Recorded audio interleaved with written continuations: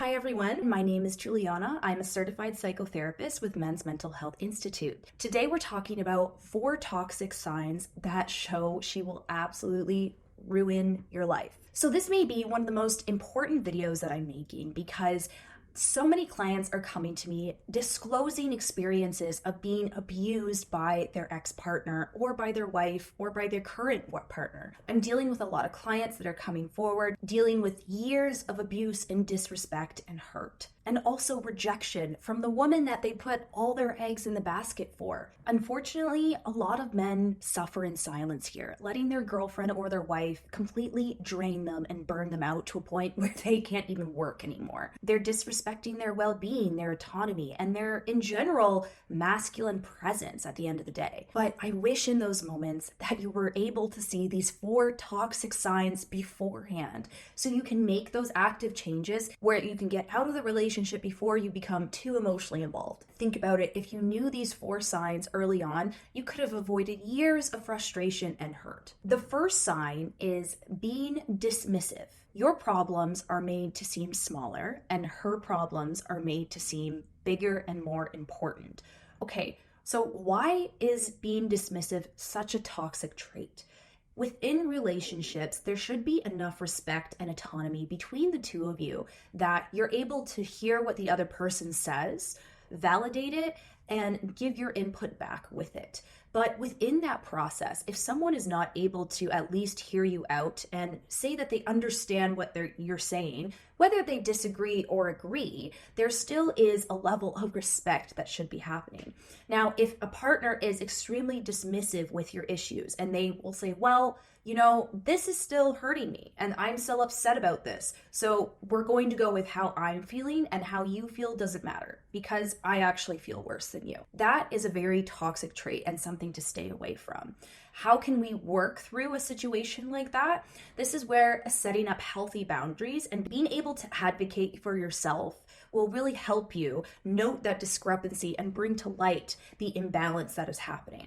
And usually if someone is willing to understand, they'll be able to see from your perspective. But again, if you're being dismissed right away, then this might be a clear sign that this is someone that you don't want to continue with. The second toxic sign is someone who craves attention.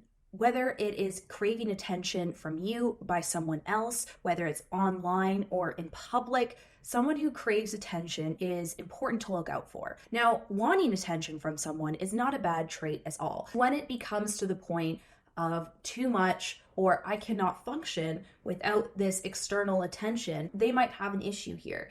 When it comes to craving attention, we need to be able to self-regulate ourselves. Whether it is emotionally, in the realm of love, pain, excitement, whatever that looks like, we need to be able to help ourselves in those moments. Sometimes, yes, easier said than done. Other people can come in and help us with the situation, but a lot of the time we might have to be doing it by ourselves. It can also become really tiring when someone is always craving attention and when you're also trying to give that self-love back to yourself.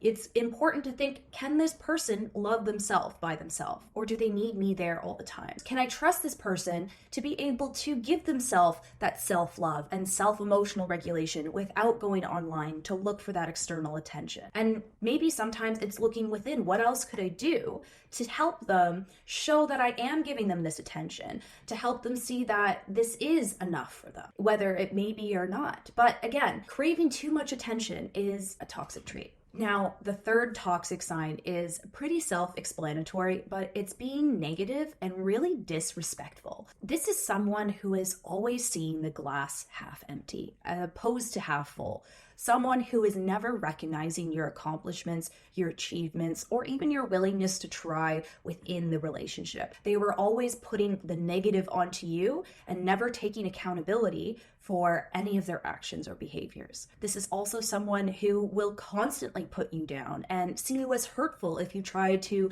push it back onto them and their behavior. And it can be so exhausting dealing with someone who just not have the willpower to give you the respect that you deserve, and is just extremely disrespectful, not only to you, but to the others in your inner circle in your life. And that's not going to fly for us long term. So you really want to watch out for those negative, disrespectful tendencies. Now, if it does pop up and you're able to note it, and this person is able to say, yeah, this maybe isn't the nicest thing to go about. Thank you for bringing that to my attention. Then this is someone you can work with.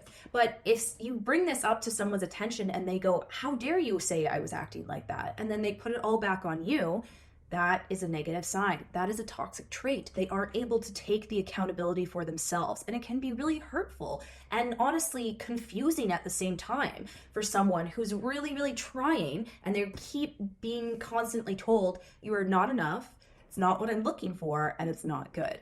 Who wants to go through that? Avoid that by recognizing this sign beforehand. The fourth and probably most important topic is she's not on your team. Partnership is teamwork at the end of the day.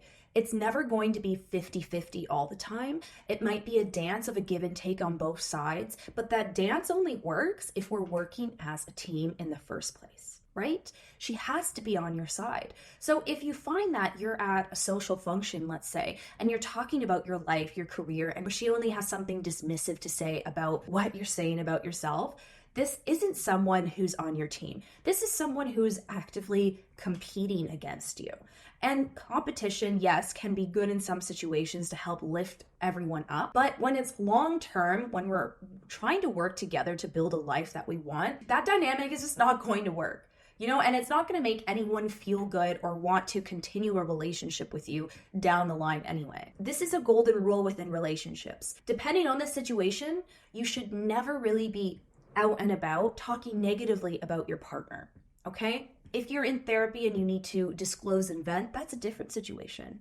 If you're talking with your friends about a problem that you're having within your relationship, that's a different situation. But if someone is going out and saying, Bob never does the laundry and can never get up on time, and anytime he does do something, it is only half done because Bob can't do anything, that is talking negatively about your partner. That is not putting up your partner and bringing them to the level where you are like, I love this person. They are so good. You should see them when they do this. Like, they're such an amazing person. You don't have to be as that enthusiastic all the time, but there is a certain level of love, trust, and affection a partner should have for the other person, enough not to speak about them wrongly in public, because we are all team players.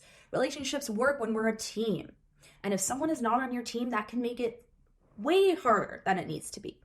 Okay? So again, the 4 toxic signs that can honestly ruin your relationship and ruin your life are being dismissive, someone who craves attention, someone who is negative and extremely disrespectful to you, and someone who is not on your team. Again, these were 4 toxic signs that shows she will ruin your life, okay?